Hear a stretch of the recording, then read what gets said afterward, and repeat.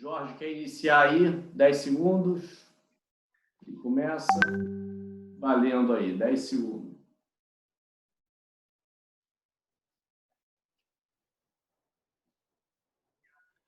Boa tarde a todos. Nós estamos hoje retomando o Soberania em Debate. Hoje para tratar do tema Partidos e Movimentos Sociais na Resistência. Diante desse governo irresponsável, um governo que tem conduzido a população brasileira a uma situação calamitosa durante esse período da crise sanitária, inclusive propondo de uma maneira que todos saiam do isolamento, quer dizer, uma atitude completamente irresponsável, né? Um governo que foi formado por um grande consórcio, formado por militares, pela extrema-direita, banqueiros, pastores neopentecostais e a Lava Jato. Hoje nós temos aqui a grande oportunidade para receber, para debater conosco, o deputado Paulo Pimenta, deputado pelo PT do Rio Grande do Sul, uma das grandes lideranças do Partido dos Trabalhadores, e contamos também com José Maria Rangel, coordenador-geral da Frente Única dos Petroleiros e também do Conselho de Administração da Petrobras. Vai ser uma oportunidade que nós temos para poder aprofundar a temática, né, da resistência, da soberania. Esse é um programa, Soberania em Debate, do movimento SOS Brasil Soberano, que tem o patrocínio do Sindicato dos Engenheiros do Estado do Rio de Janeiro. Boa tarde, Paulo Pimenta. Boa tarde, Zé Maria. Boa tarde, Jorge. Boa tarde, Zé Maria. Boa tarde, prezados amigos e amigas que nos acompanham de todo o Brasil. Olha, Jorge, eu quero, em primeiro lugar, agradecer a vocês pelo convite, pela oportunidade. Conheço o trabalho de vocês. Tem sido um trabalho fundamental nesse debate estratégico para nós, que é o tema da soberania.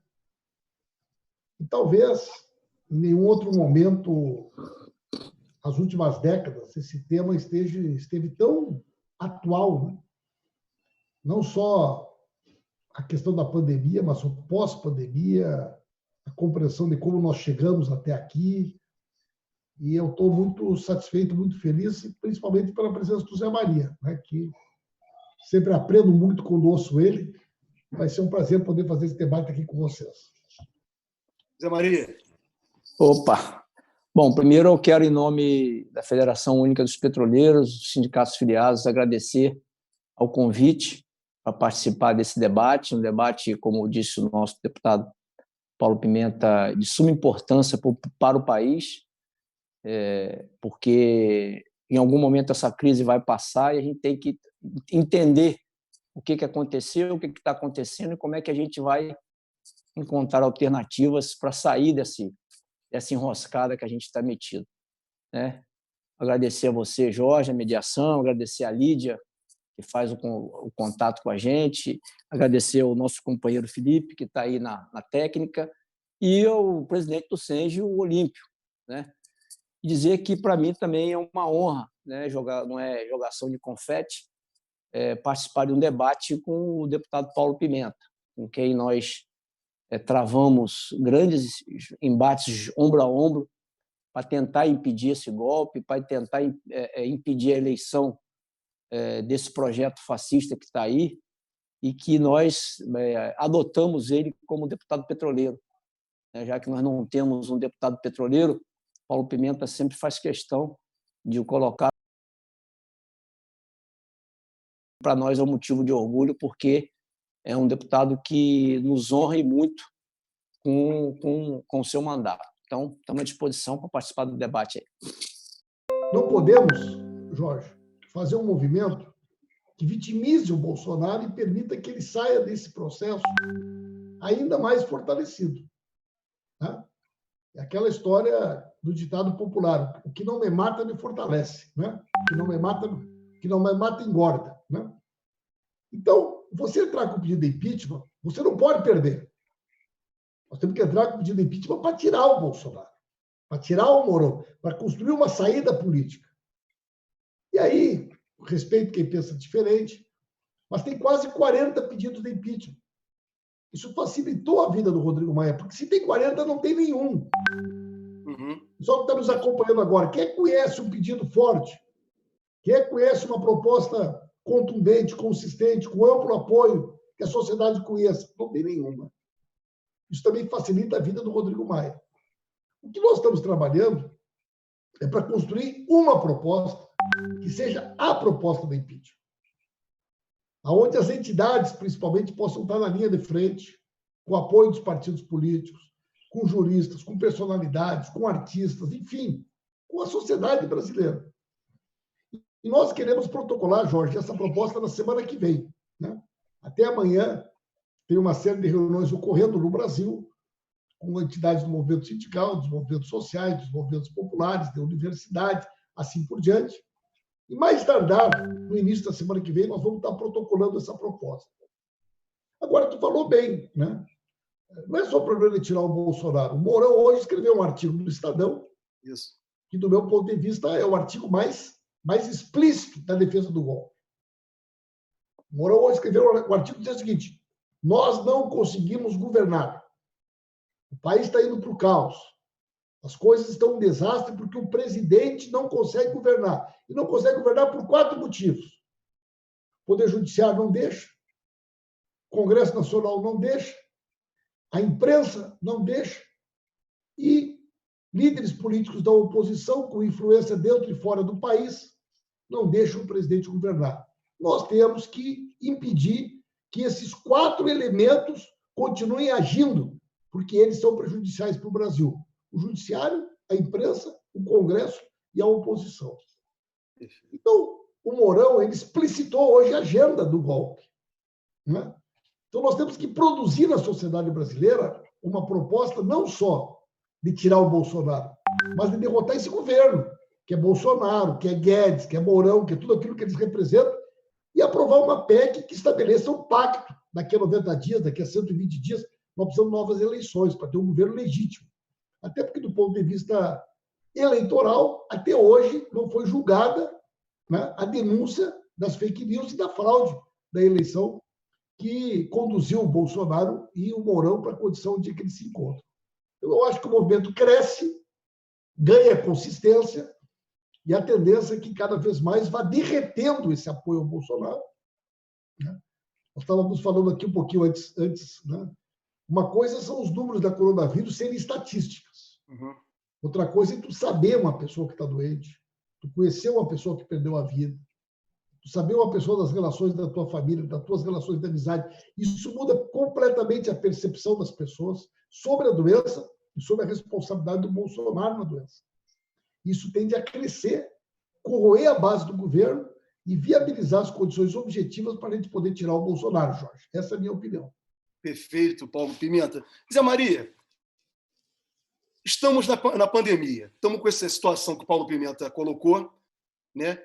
O que nós queríamos tentar compreender e aprofundar, como os movimentos sociais, você foi um grande vencedor contra esse governo na greve que vocês promoveram contra a Petrobras, vocês mostraram, os petroleiros mostraram que é possível fazer um enfrentamento ao autoritarismo representado por Bolsonaro e pelos militares que estão colados a ele. Então, eu queria saber de você, Zé Maria, essa experiência que você traz nesse enfrentamento com o governo Bolsonaro, o que os movimentos sociais podem fazer diante dessa pandemia, nessa grande mobilização para dizer fora Bolsonaro e fora Mourão? Bom, primeiro é importante a gente tentar situar como que a pandemia encontra o Brasil. Eu tenho dito que a pandemia ela chega no Brasil e nos encontra com uma baixa imunidade, porque o Brasil ele vinha de um processo onde não foi reconhecida pela oposição a derrota em 2014, né? E aí o Aécio Neves, candidato derrotado, se junta ao Eduardo Cunha, então eleito presidente da Câmara, para apresentar uma série de pautas-bombas, começar o desgaste da presidenta Dilma até levá-la ao impeachment. A partir do impeachment, o Brasil entra numa rota onde é vendido para a sociedade, primeiro, que tudo que diz respeito ao Estado é corrupto. e que, segundo, o mercado regula tudo, né? Isso ganhou corpo, obviamente, com a Operação Lava Jato, que tem se demonstrado que foi, aí sim, os mentores da Lava Jato fizeram uma grande formação de quadrilha para destruir todo o parque industrial brasileiro, para entregar as nossas riquezas. Isso está ficando comprovado a cada dia que passa. A partir daí, a gente entra num processo onde o governo do então presidente golpista Michel Temer ele já começa a implementar uma agenda de reformas e que já coloca no seu bojo uma reforma trabalhista que visa enfraquecer frontalmente o movimento social, os movimentos sociais, uma mudança na CLT, atacando os sindicatos diretamente. O país entra numa verdadeira guerra de ódio e amor e elege o Bolsonaro, que aprofunda, eleito, né, que aprofunda essas mudanças e o ataque aos movimentos sociais. Então, esse é um detalhe que a gente não pode perder de vista, porque quando eu falo que o Brasil, o coronavírus chega ao Brasil com uma imunidade baixa, é porque o Brasil hoje ainda tem, apesar da flexibilização no orçamento de guerra, mas você ainda tem uma PEC da morte, que é o limite dos gastos, você ainda tem um processo de privatização exagerado, você ainda tem a precarização na relação de trabalho, você ainda tem mais de 40 milhões de pessoas que estão desempregadas, mas o Brasil voltando ao mapa da fome, o Brasil voltando à miséria, e tudo isso, Jorge, faz com que você sabe que o movimento sindical, em momentos de grande desemprego, ele, por natureza, ele fica um pouco fragilizado. Ele fica fragilizado. Estamos falando de 40 milhões de pessoas que querem uma oportunidade para trabalhar. Então, existe um arrefecimento que ele é natural, né? Agora, nós estamos buscando, e aí eu posso pegar, como você colocou, o exemplo dos petroleiros, quer dizer, nós fizemos o enfrentamento a esse governo. Nós sabíamos todas as consequências que poderiam ocorrer. Nós sabíamos que o governo ia jogar pesado através da Justiça do Trabalho contra a gente. Isso se concretizou com a decisão do ministro Ives Gandra, tanto na nossa greve de novembro como na greve que nós fizemos em fevereiro, com multas pesadíssimas para inviabilizar os sindicatos. Mas, mesmo assim, a gente partiu para o enfrentamento porque a gente enxerga que somente dessa forma a gente vai conseguir derrotar esse governo que está aí. Lamentavelmente, a pandemia nos coloca num processo de isolamento social, a gente não pode ir para as ruas, não pode mobilizar, nós temos que fazer toda essa mobilização através das redes sociais, aonde ainda é um território fértil para o bolsonarismo, para o fascismo. Eles ainda são fortes nas redes sociais. E tanto é verdade que, se nós falávamos aqui em off, quer dizer, se você for pegar o bom e o ótimo dele, tem 30% de aprovação com todas essas lambanças que ele está fazendo. Todas essas lambanças. Então, penso eu que o momento é de continuarmos esse processo de enfrentamento. Ainda não podemos fazê-lo como a gente gosta, que é olho no olho, corpo a corpo, mas fazendo nas redes sociais. Os movimentos sociais, os partidos políticos têm que, eu diria que, intensificar as suas ações de solidariedade, porque, por exemplo, eu, graças a Deus, você, o Paulo Pimenta, a Lídia, o Felipe, a gente tem condição de se manter em isolamento social. Agora, você tem milhões de pessoas que não conseguem fazer isso. Milhões de pessoas que estão em condições de trabalho precárias, numa uberização, e que tem que sair.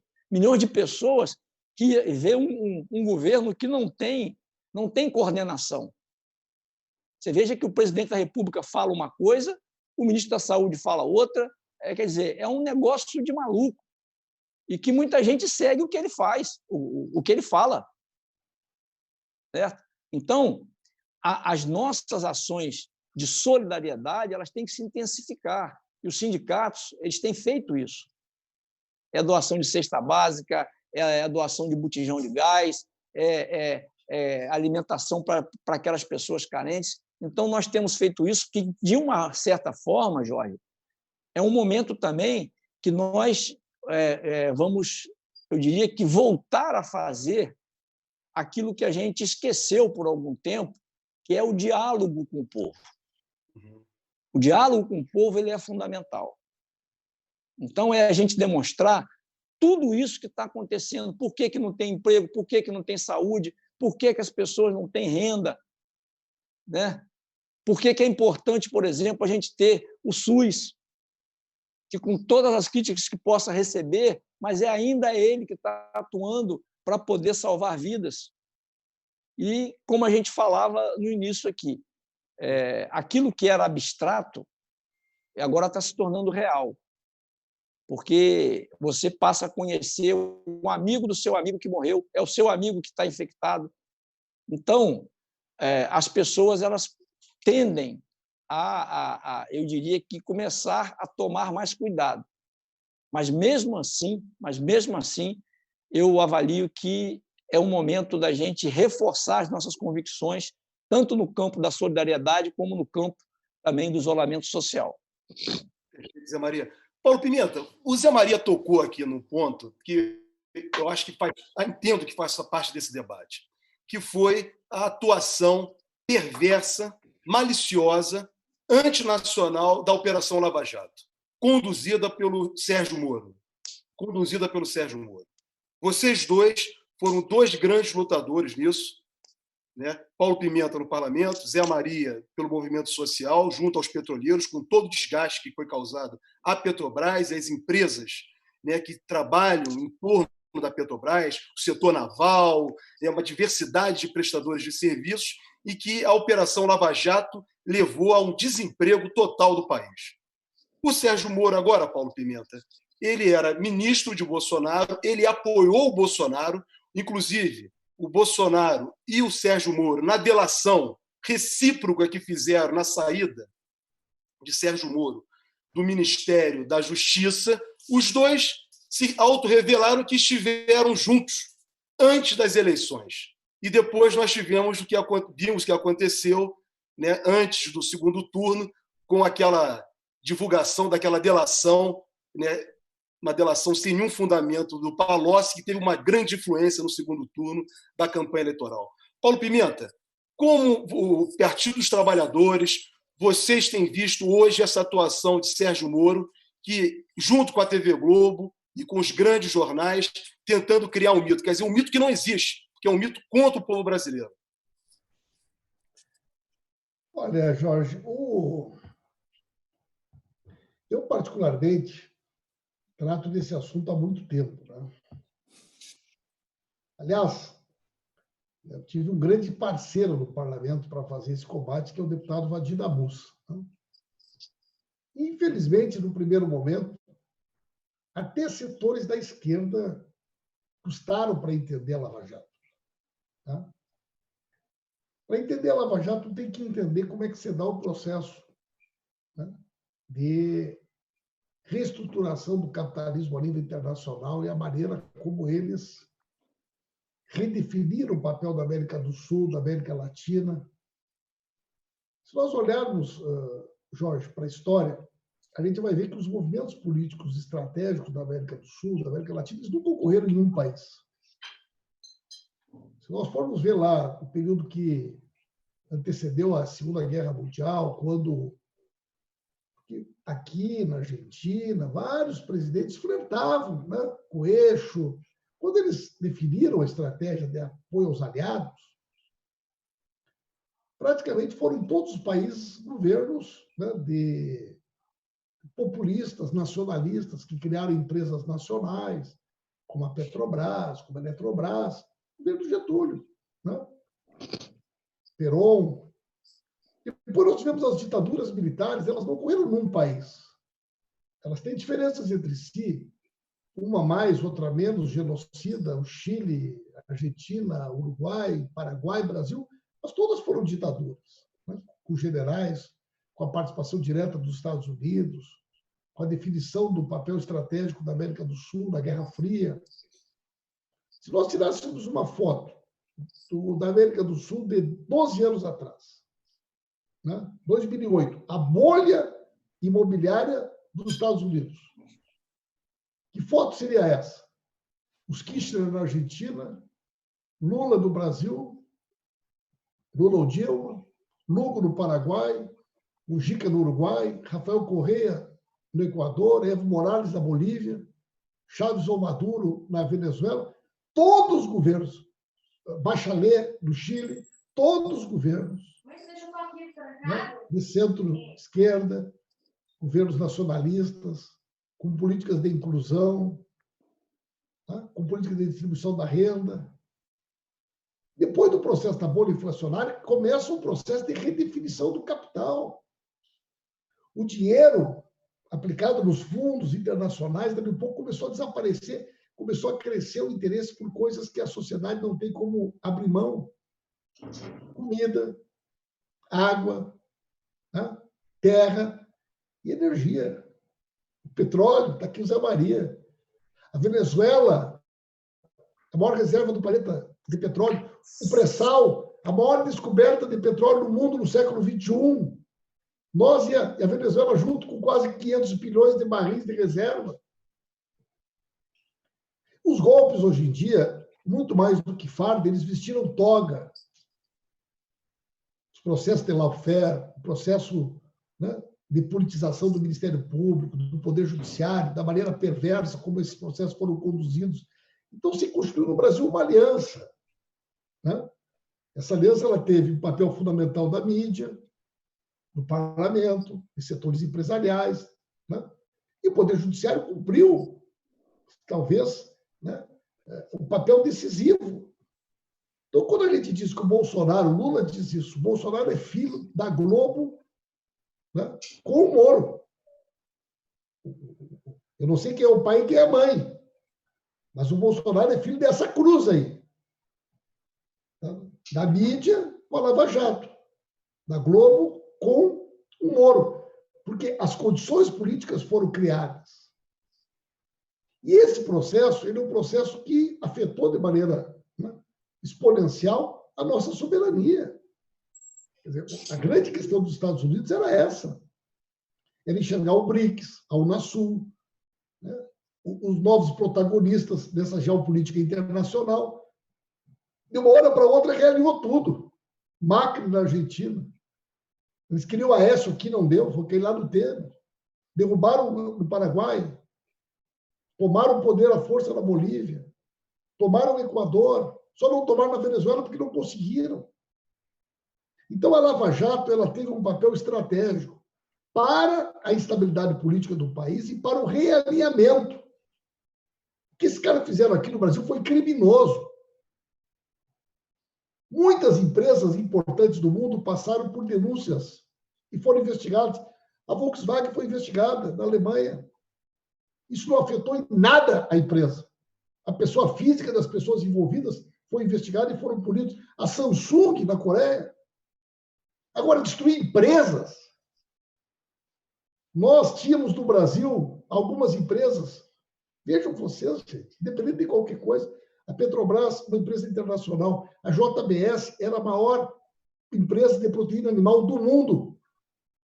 A Odebrecht tinha 200 mil funcionários, 100 mil fora do Brasil, trabalhava nos 5 continentes. A Embraer se construiu numa grande referência do mundo. Onde é que está a JBS? O que sobrou hoje é a sede nos Estados Unidos. Onde é que está o Odebrecht? Boa parte das concessões, o polo petroquímico, os polos petroquímicos, todos eles, Braskem, tudo hoje estão para ser vendido para a China, não sei para quem mais. O que sobrou, gente, do ponto de vista estratégico? Qual é a influência que nós temos hoje? Qual é o protagonismo que nós temos hoje no mundo, enquanto país? Então, a Lava Jato é grande responsável, junto com a Globo, por esse processo de destruição da nossa capacidade produtiva, que produziu centenas de milhares de desempregados e que produziu essa figura perversa que é o Bolsonaro. E o Sérgio Moro teve um papel decisivo, ele, o Dallagnol e essa turma. E a perseguição ao Lula era parte dessa história. A perseguição a Dilma era parte dessa história. Então, lamentavelmente, Jorge, o povo brasileiro vai aprender com a dor, sofrendo, né? Mas o resultado político está aí, das opções que foram feitas, das escolhas que foram feitas, né? Eu ontem li uma reportagem, eu não quero me estender muito aqui na minha fala, no dia 12 era o Dia Internacional da Enfermagem. Eu vi uma publicação do Conselho Federal da Enfermagem. Morreram mais profissionais de enfermagem no Brasil do que a soma do total de profissionais da Espanha, da Itália e dos Estados Unidos juntos. Por quê, Jorge? Foi por acaso? Não. Por que, Zé Maria? Por uma razão muito simples. Falta de equipamentos de proteção individual e falta de treinamento. Isso poderia ter sido resolvido se em janeiro o governo tivesse tido a coragem de assumir a sua responsabilidade. Será que a indústria nacional não teria condições de produzir máscara? Será que nós precisaríamos estar comprando máscara da China? Nós precisaríamos estar comprando óculos, bota, avental? Será que a nossa indústria metal-mecânica não poderia fazer respirador, que é uma coisa simples? Será que o nosso pessoal não poderia ter tido treinamento? Agora, gente, nós estamos aí, ontem eram 109 profissionais de enfermagem no início da doença. Muitos profissionais levando seus equipamentos de proteção individual para lavar em casa. Então, isso são opções. E essas opções erradas, elas saem caro para a vida de um país, para a vida das pessoas. Então, eu concluo dizendo isso. Sérgio Moro e Rede Globo são os pais biológicos e políticos dessa figura perversa e nefasta chamada Jair Bolsonaro e a sua família de milicianos. Antes de passar para perguntas dos nossos telespectadores, que eu quero aproveitar também para cumprimentá-los aí, tá? Nós estamos aqui no Soberania em Debate, do movimento SOS Brasil Soberano, com o patrocínio dos sindicatos e engenheiros do Estado do Rio de Janeiro, hoje debatendo os partidos políticos e movimentos sociais na resistência ao governo Bolsonaro. Estamos com Paulo Pimenta, deputado federal do PT do Rio Grande do Sul, e com José Maria Rangel, coordenador-geral da Frente Única dos Petroleiros. Está participando com a gente também nesse debate, né, nos auxiliando, as duas jornalistas, Lídia Pena e Verônica Couto, e o cinegrafista Felipe, que está nos auxiliando e nos assistindo para fazer essa transmissão. Lídia, tem perguntas dos nossos ouvintes e telespectadores? Boa tarde, Jorge. Não, na verdade é o seguinte, nós tivemos um probleminha técnico na primeira fala do Paulo Pimenta, quando ele falou da questão da proposta de impeachment, tá? E aí tem solicitações para ele repetir essa fala, que as pessoas perderam a fala. E, tudo que ele falou ali sobre a questão da PEC a ser levada, entendeu? Que de fato deve ser levado. Aquela fala dele, se ele puder repetir, resumidamente, a gente agradece, tá, Paulo? É isso. Então, Paulo, vou deixar essa questão, se você me permitir, para depois do Zé Maria, tá? Eu vou emendar com essa questão também um desdobramento dessa questão inicial.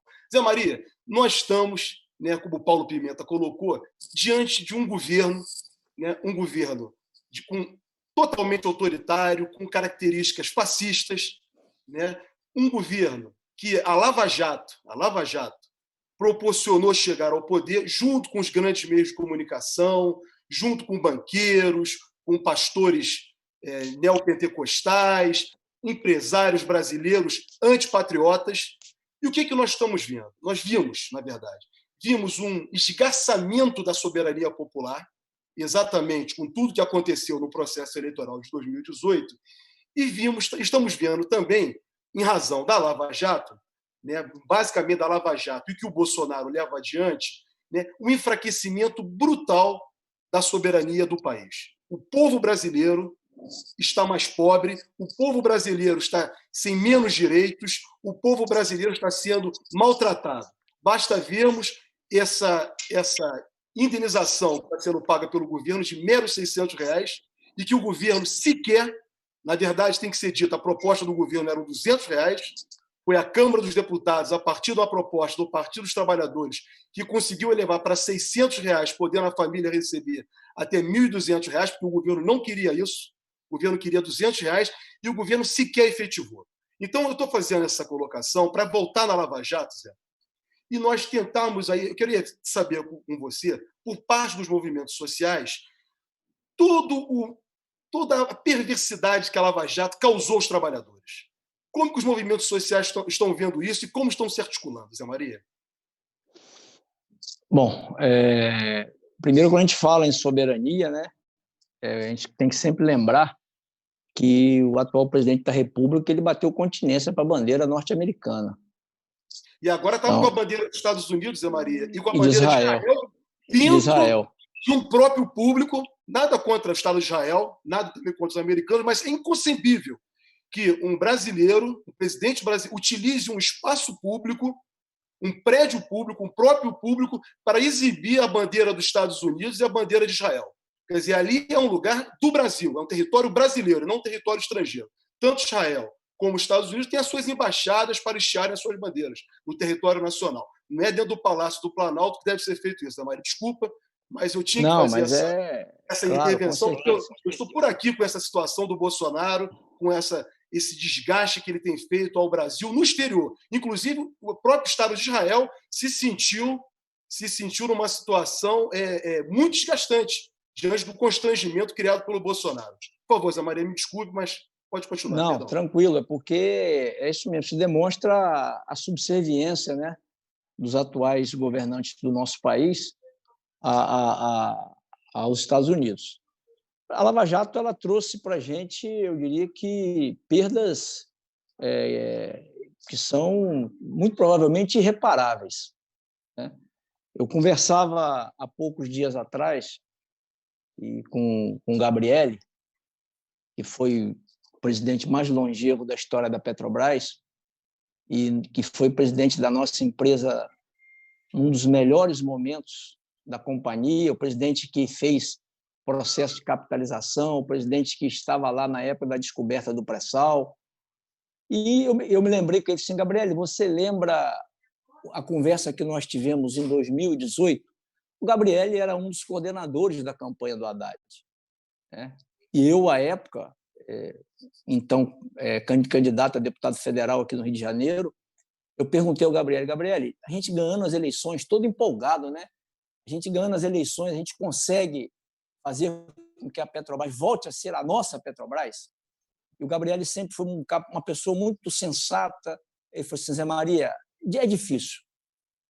É difícil porque o estrago que esses caras fizeram é muito grande. Vai ser muito difícil a gente tentar fazer algo parecido em 4 anos, se a gente ganhar a eleição.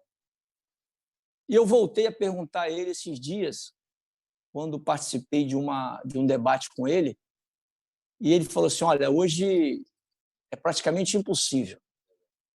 Tamanho o desmonte que eles fizeram na Petrobras.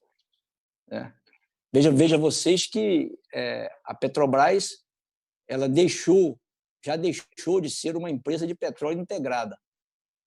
Ela hoje é uma empresa que foca o seu negócio única e exclusivamente na exportação de óleo cru. E quando ela faz isso, quando ela deixa de investir no país, nós temos um processo de degradação muito grande, porque, vejam vocês, a Petrobras ela talvez seja a única empresa no país que ela tem a capacidade de movimentar o setor da indústria naval, capacidade de movimentar a indústria metalmecânica, o comércio, a hotelaria, a engenharia, pesquisa e desenvolvimento, a área de fertilizantes. Então, o turismo, a cultura, o esporte. Então, os investimentos que a Petrobras fazia em todas essas áreas, tudo isso acabou. Acabou. Não tem como voltar. Foram demitidos mais de 250 mil trabalhadores terceirizados na Petrobras. Isso tudo, Jorge, sem contar que a Operação Lava Jato ela trouxe para nós, trabalhadores da Petrobras, um carimbo de que nós, e obviamente nós trabalhadores que éramos, eu diria, parceiros do projeto popular e democrático do governo do presidente Lula, ela trouxe um carimbo de corrupção. E que nós, da FUP, nós tivemos a coragem de fazer o enfrentamento a esse discurso. Porque você passava, em cada banca de jornal, você via lá, roubaram a Petrobras, não sei o quê. Você entrava num táxi, às vezes, as pessoas jogavam, como sabia que você trabalhava na Petrobras, jogavam uma piadinha aí, está levando dinheiro da Lava Jato. Então, eu diria que o desgaste que isso trouxe para nós foi muito grande, e pessoalmente, profissionalmente, mas nós da FUP tivemos a coragem de enfrentar. Eu me lembro que o primeiro ato que eu participei, né, com o presidente Lula, eu estava recém-eleito na federação e eu recebi um telefonema, a minha secretária recebeu um telefonema dizendo que o presidente Lula queria falar comigo. Isso foi em agosto de 2014. Né? E, obviamente, que eu não acreditei. O que o presidente Lula vai querer falar comigo? Né? Eu falei, depois eu ligo para ele. E ela insistiu, falou, Zé Maria, é o presidente Lula. E eu atendi, e, de fato, era o presidente Lula. E, naquela época, em 2014, ele falou assim, Zé Maria, nós precisamos fazer um ato em frente à Petrobras para defender a Petrobras, porque esses caras eles querem acabar com a Petrobras. 2014. E nós fizemos um ato na frente da Petrobras, colocamos ali quase 10 mil pessoas, ele falou aquilo, ele fez aquela fala, a gente ganhou as eleições em 14. O primeiro ato do senador José Serra, que também foi eleito em 14, foi o projeto de lei 133, o PLS 131, que acabava com a lei da partilha. Uhum. E, naquele momento, nós tivemos uma luz, falou assim, não, nós temos que enfrentar. Como é que nós vamos enfrentar? Qual vai ser a maneira que nós vamos enfrentar? E nós tivemos a grande sacada de passar a usar os nossos jalecos laranja. Uhum. Né? E que virou, podemos dizer assim, uma febre nacional. Todo mundo quer o jaleco laranja. Então, aqui eu diria que o simbolismo do jaleco laranja foi o primeiro, eu diria que a primeira forma de enfrentamento que nós tivemos. E fizemos esse enfrentamento no Senado Federal por quase 1 ano e meio. Depois fizemos o enfrentamento na Câmara dos Deputados, em que tivemos a brilhante colaboração do Paulo Pimenta. Eu me lembro até hoje que no dia da votação eu estava lá no plenário e ele falou assim, não é possível que nós vamos aceitar isso sem fazer nada, e ele vai se lembrar muito bem, deu uma confusão dele com na época, deputado Major Olímpio, que hoje é senador, e eles quase saíram no tapa. Então, a Lava Jato ela trouxe perdas, eu diria que de emprego, ela trouxe perdas para a indústria nacional. Como o deputado falou, cara, hoje o Brasil, o parque industrial do Brasil está falido. Quando a gente vê que o mercado, no início da pandemia, você não tinha álcool gel, você não tinha equipamento de proteção individual. Eu tenho 2 irmãs que são médicas, elas estão comprando o EPI delas, porque o hospital não fornece. Tá? A gente não tem capacidade de fazer respirador. Certo? A Petrobras completamente desintegrada, a Petrobras num papel, eu diria que passivo. A Petrobras, por ela ser a maior empresa desse país, ela tinha que ter um papel mais altivo nessa crise. Ela tinha que fornecer combustível para as ambulâncias, para o carro de corpo de bombeiro, para a polícia, para os carros de ONG que estão distribuindo alimentos por esse Brasilzão todo. E ela levou quase 60 dias para dizer que vai distribuir 3 milhões de litros de gasolina. Certo? Ela tinha que garantir o emprego dos trabalhadores terceirizados para que eles pudessem ficar em isolamento social, e ela não fez. Então, ela foi uma empresa que foi devastada por um grupo de entreguistas que está lá, capitaneado, que começou com Pedro Parente e agora está com o Castelo Branco. E mesmo, Jorge, com toda essa crise, nenhum de nós hoje tem certeza do que vai acontecer com o setor petróleo nos próximos anos. Eles não têm a humildade de falar o seguinte, olha, bicho, nós temos que rever o nosso planejamento estratégico. Não, eles continuam com a política de venda de refinaria, de venda de campo de petróleo, de vender tudo o que for possível, certo? Entregar o mais rápido possível, ainda mais agora, quando eles podem sentir que pode acontecer uma reviravolta, um impeachment, eles vão acelerar mais esse processo. Então, a Lava Jato ela foi terrível, não só para nós, mas funcionários da Petrobras, mas eu diria que para o Brasil, né? Foi uma verdadeira organização criminosa que esses procuradores de Curitiba montaram. Perfeito, Zé Maria. Zé Maria, Paulo Pimenta, eu vou fazer uma pergunta agora direcionada para os dois. Até os nossos telespectadores podem estar perguntando, Jorge, por que você está colocando a Lava Jato dentro desse debate sobre partidos de oposição e movimentos sociais na resistência a Bolsonaro? Né? E por que tratar disso? Exatamente por causa da soberania, porque, pelo que o Zé Maria falou. Zé Maria citou, Paulo Pimenta, né, diversos agentes, como José Serra, como Pedro Parente, aí podemos colocar Sérgio Moro, podemos colocar a TV Globo, né? Todos esses agentes hoje são atacados por Bolsonaro e pelos militares, que dão apoio a ele, dão esse apoiamento a Bolsonaro. Os meios de comunicação, né, e esse grupo hoje trabalha com o Bolsonaro, criando uma grande confusão, porque, na verdade, a grande resistência é feita pelos movimentos sociais, pelas forças populares, representadas pelos partidos de oposição, como o PT, pela Frente Única dos Petroleiros, pelo Movimento dos Trabalhadores Sem Terra, por todos os movimentos, o movimento negro, das mulheres, de todos, né, são os movimentos populares, são essas forças progressistas e nacionalistas. Mas agora, essa turma toda, percebendo, como o Zé Maria colocou, um enfraquecimento, botaria assim, colocaria um enfraquecimento institucional de Bolsonaro, por tudo de mal que ele tem representado a figura, né, ao país, e essas pessoas agora também se colocaram, estão na oposição, né, trabalhando junto conosco também para o fora Bolsonaro, mas eles não estão no mesmo caminho nosso, porque o nosso caminho sempre foi da luta pela soberania popular, pelos direitos dos trabalhadores, pela garantia dos direitos civis, pela soberania nacional efetiva, da riqueza e desenvolvimento do Brasil. Então, Paulo Pimenta e Zé Maria, começando com Paulo Pimenta, inclusive, Paulo, se você puder, nessa intervenção, também esclarecer aquela questão do encaminhamento, né, dos 300, do pedido de impeachment de Bolsonaro e do Mourão, vou colocar assim, né, com as 300 entidades, né, como que ficaria nossas forças, as forças populares e progressistas, num pós-Bolsonaro? Muito bom, Jorge. Você, Paulo, começando com você. Está muito bom o debate de qualidade. Debater o tema da soberania sempre é muito bom, né?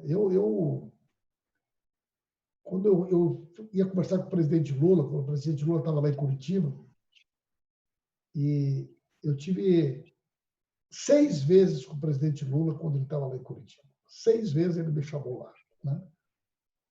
E ele sempre dizia, falem na soberania. O tema é a soberania. A questão da soberania é a questão estratégica, né? Então, quando a gente discute isso, a gente está discutindo um projeto de país. Está discutindo o que a gente quer do Brasil, que país nós queremos, né? Sobre a questão da aliança, né, no país, porque o que acontece? Você tem esse artigo do Mourão hoje, né? Esse artigo do Mourão hoje é uma plataforma golpista, é uma plataforma explícita do autoritarismo, né? Ele diz ali com todas as letras quais são os 4 empecilhos: o judiciário, o legislativo, a imprensa e a oposição. Nós precisamos livrar disso. Só falta ele dizer o seguinte, tendo esses 4 problemas aqui, a gente não consegue governar, né? Ou seja, só faltou dizer, tem que rasgar a Constituição. Esse negócio de equilíbrio entre os poderes não dá, o judiciário legislativo não respeita o papel do presidente, né? Os governadores, os prefeitos, tá? A imprensa não nos trata como nós queremos ser tratados. Então, Eu te pergunto o seguinte: uma frente no país para defender a democracia, para conter o avanço do fascismo, é a mesma frente que nós queremos construir para governar o Brasil? Não é. Né? Eu acho que essa é a questão. Nós precisamos constituir no Brasil um movimento que ele é mais amplo do que nós. Precisamos criar um movimento mais amplo. Porque vamos combinar o seguinte: o Bolsonaro, com a fraude, ele fez mais votos do que o Haddad. Para nós voltar a ganhar uma eleição, uma parte das pessoas que votou no Bolsonaro tem que voltar a votar em nós. Tá? Nas cidades, nos estados. Tem em torno do 20%, 22%, 23%, que é aquilo que eu chamo de Bolsonaro raiz. Esse descobriu, né? Descobriu um meio de extravasar tudo aquilo que ele era de enrustido. É um cara de mal com a vida, fascista, racista, misógino, homofóbico. Ele se sente representado com aquele discurso imbecil. Ele adora ver o Roberto Jefferson, né? Ele adora ver os filhos do Bolsonaro. Então, essa gente nós temos que esquecer. Você dá soco em ponta de prego. Mas tem uns outros 30 e poucos % que votaram nele, que votaram por outros motivos. Que votaram porque acreditaram no pastor, porque acreditaram na Globo, porque acreditaram no Moro, porque acreditaram que ele ia combater a corrupção mais do que o PT combatia, porque acharam que o dólar ia cair, né? Que eles iam poder voltar a ir para Miami a 2,20 o dólar, que achavam que a gasolina ia ser muito barata, que não ia ter aumento de imposto. Então, muita gente foi seduzida por esse discurso. Né? Agora, nesse grupo tem pessoas que defendem a democracia, que não querem a volta da ditadura, mas que têm a mesma agenda que ele para a questão do mercado, para a questão econômica. São nossos aliados na questão democrática, mas do ponto de vista estratégico, a visão deles se aproxima muito mais do Paulo Guedes e do Bolsonaro do que da nossa. Né? Foi com o voto dessa gente que eles aprovaram a reforma da Previdência, a reforma trabalhista. O primeiro projeto importante aprovado depois que a Dilma foi afastada foi a mudança das regras de exploração do pré-sal. Foi o primeiro projeto. Então, a gente tem que saber diferenciar. Um amplo movimento na sociedade em defesa da democracia é uma coisa. Uma aliança de partidos políticos com um programa de retomada do emprego, de geração de renda, de criação de oportunidades, de afirmação da soberania, né? E recolocar um projeto nos termos em que nós vimos construindo é outra coisa. Deixar passar em branco. A gente fala muito em soberania, Jorge, mas eu estou vendo ali o deputado Paulo Pimenta com a camisa do MST. Quer dizer, o Brasil hoje ele não tem mais nem soberania alimentar, que em outros países é tratado como questão de segurança nacional. Tá? Eu estava lendo hoje um artigo e que cita, na verdade, é o prefácio do livro do Eduardo Galeano, As Veias Abertas da América Latina, e que ele diz: vocês já imaginaram um país incapaz de cultivar alimentos suficientes para prover a sua população? Seria uma nação exposta a pressões internacionais. Seria uma nação vulnerável. Por isso, quando nós falamos de agricultura, estamos falando de uma questão de segurança nacional. Esse foi o discurso de George W. Bush em 27 de julho de 2001. Aqui no Brasil, a Petrobras ela fechou todas as suas fábricas de fertilizantes. Então, o Brasil hoje é um país completamente dependente da importação de fertilizantes. Agora, para a gente mudar os rumos do país, vou ser repetitivo aqui, não é a mesma frente. Tá? Porque nós temos pessoas que querem a saída do Bolsonaro, mas que são liberais, que corroboram com a mesma política que está sendo implementada, a política econômica, a política de subserviência que está sendo implementada por esse governo que está aí. A gente, eu não sei, a gente poderia, eu não consigo, Jorge, nem fazer hoje um exercício do momento que a gente sair dessa crise, da pandemia. Né? Eu não consigo fazer porque veja você que em todos os momentos de crise, você tem a mão do Estado, em países sérios, você tem a mão do Estado muito forte para suportar a crise e para sair da crise. E nós não vemos acontecer isso aqui no Brasil. E muitos daqueles que apoiam a saída de Bolsonaro também não querem a presença do Estado forte. Eles querem a presença de um Estado mínimo e que o mercado regule tudo. Então, eu diria que são dois momentos que nós vamos ter que viver. E aí também concordo com o deputado Paulo Pimenta. O time para isso é muito importante, porque, como nós falávamos, o Bolsonaro ainda tem cerca de 27%, 30% de aprovação do governo dele. Ainda tem isso. O Bolsonaro, não podemos esquecer, ele tem muita gente que hoje está armada, está ao lado dele. Policial militar, seguranças privados, uma parcela considerável do Exército, das Forças Armadas. E eu diria que ele confia muito nisso. Para fazer essas barbaridades que ele está fazendo, ele confia nisso cegamente. Então, o time para a gente apresentar esse pedido e levar isso à frente, ele é muito importante, porque uma recusa num processo de impeachment dele não é a mesma coisa do que a recusa num processo de impeachment do Temer, que já estava moribundo, que tinha data de validade vencida.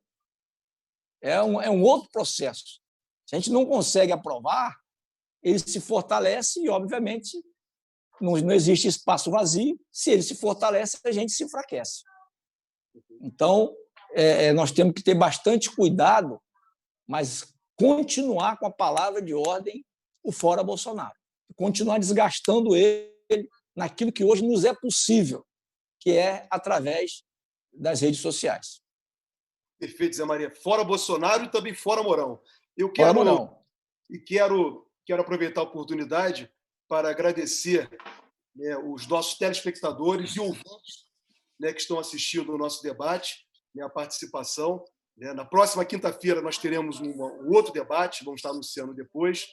Quero agradecer também a equipe que está nos ajudando a fazer esse evento, Felipe Varanda, telegrafista, e as nossas jornalistas Verônica Couto e Lídia Pena, que eu chamo agora para as perguntas dos nossos ouvintes e telespectadores. Lídia. Não, olha só, na verdade não são perguntas. Nós tivemos, parece até que foi censura. Toda vez que se falava a palavra impeachment, dava um problema no som, acredita? Aí, olha que loucura. Tivemos esse problema de som. Agora, queria dizer que nós tivemos hoje a parceria de dois blogs da maior importância, que são o Tijolaço e o Cafezinho. Eles também transmitiram a live. Agradecer Fernando Brito, Miguel do Rosário, por essa parceria, que é muito importante para a gente, né? Sempre. E agradecer a Zé Maria e ao Paulo Pimenta essa participação e o debate. Tá? Obrigada. Meus amigos, esse é o Soberania e Debate, hoje, discutindo a questão dos partidos políticos e movimentos sociais na resistência contra o governo Bolsonaro, Mourão, militares, Lava Jato, Globo e etc., todos que trabalham contra a soberania do país. Esse programa é do movimento SOS Brasil Soberano, que é patrocinado pelos sindicatos e engenheiros no estado do Rio de Janeiro. Estamos, infelizmente, chegando ao final do nosso programa. Já temos 1 hora de programa e quero agora pedir as considerações finais. Comecei com o debate com o Paulo Pimenta, vou terminar com o Zé Maria, fazendo as suas considerações finais, a despedida ao nosso público e aproveitando já a oportunidade, agradecendo aqui, em nome da coordenação do SOS Brasil Soberano, a presença de vocês que nos ajudaram muito nesse debate. Foi um debate muito rico, culturalmente, sobre o aspecto político. Zé Maria, inclusive, resgatando né, a obra de Eduardo Galeano, Veias Abertas da América Latina, uma grande referência, né, teórica para esse momento do Brasil, dessa necessidade de pensar e construir uma nação efetivamente desenvolvida para o povo brasileiro. Então, Zé Maria, agradeço essa sua indicação para os nossos telespectadores, para os nossos ouvintes. Então, Zé Maria, suas considerações finais aí, por favor. Dizer que nós aqui hoje estamos reafirmando as nossas convicções por um país soberano, um país com oportunidades para todos, um país onde a gente possa viver feliz. E isso não é utopia, porque já aconteceu isso no Brasil. Tá? E, obviamente, que também deixar aqui, não poderia passar em branco, a nossa solidariedade para aqueles que faleceram vítimas do coronavírus, para os seus familiares, né? Reafirmar a irresponsabilidade desse governo no trato com a pandemia. A cada morto por conta do coronavírus é uma chacota que ele faz. Isso não é digno de um país que tem um povo tão maravilhoso como o nosso. E dizer que nós estamos sempre aqui à disposição, né, do SENGE, do SOS Brasil Soberano, para tratar de todos os assuntos que vocês acharem pertinentes. E foi um prazer rever você, Jorge, rever o deputado Paulo Pimenta, de grandes lutas, de grandes batalhas, e, como sempre, aprendendo muito com vocês. Um abraço para a Lídia, um abraço para o Felipe, e vamos continuar na luta. Obrigado, Zé Maria. Paulo Pimenta, suas considerações finais, por favor. Obrigado, Jorge, Lídia, todo o pessoal aí que está na tua retaguarda aí, Jorge.